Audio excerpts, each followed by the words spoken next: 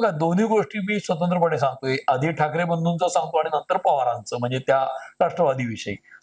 राज ठाकरे यांची एक मुलाखत महेश मांजरेकरांनी घेतली, जे हिंदी मराठी चित्रपटसृष्टीतले निर्माते, दिग्दर्शक, ऍक्टर आहेत त्यांनी, आणि ते राज ठाकरे यांचे मित्रही आहेत. तर त्यांनी जी मुलाखत घेतली, ती मुलाखत राज ठाकरे यांचा गुढीपाडव्याचा जो मेळावा झाला त्याच्या आधी घेतली. पण ती प्रसारित केली गेली नंतर. म्हणजे प्रसारित म्हणजे काय, तर ती खासगी याच्यातनं युट्यूबला टाकली गेली. म्हणजे ती कुठल्याही चॅनलला वगैरे नाही दिली, तर युट्यूबला आली. ती कधी आली? गुढीपाडव्याचा मेळावा झाला राज ठाकरेंचा, त्यानंतर ती टाकली गेली. आता त्याचा संदर्भ काय आहे? तर राज ठाकरे यांनी, त्यांच्याकडे एकनाथ शिंदे आले जेवायला.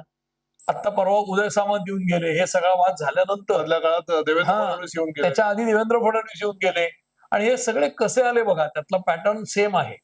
म्हणजे देवेंद्र फडणवीसांचा राज ठाकरे यांच्या घराच्या एरियामध्ये काहीतरी कार्यक्रम आहे. त्या कार्यक्रमाच्या वेळेला देवेंद्र फडणवीस तिकडे असणार आहेत. तर त्यांना राज ठाकरेंनी फोन केला की अरे बाबा, या भागात आलास तर माझ्याकडे चहा पिऊन जा. म्हणजे बघा हा तुम्ही, की ते चहा प्यायला केव्हाही बोलवू शकतात त्यांना, ते स्वतंत्रपणे चहा प्यायला येऊ शकतात. पण त्या भागात कार्यक्रम आहे, नाही म्हणलं इकडे येत आहे तर मारा चक्कर.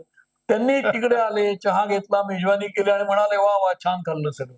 सेम पद्धतीचं विधान परवा उदय सामंतांनी केलं, की छान चहा प्यायलो, खूप चांगल्या क्वालिटीचा चहा प्यायलो आणि ब्रेकफास्ट केला आणि गप्पा मारल्या, बाकी काही राजकीय बोललो नाही. म्हणजे बघा, हे लोक एकमेकाच्या घरी जातात, ब्रेकफास्ट करतात, चहा पितात, उत्तम चहा पितात, पण राजकीय चर्चा करत नाहीत. तर इतकं अराजकीय वातावरण लोकांना- महाराष्ट्रात आहे. लोकांना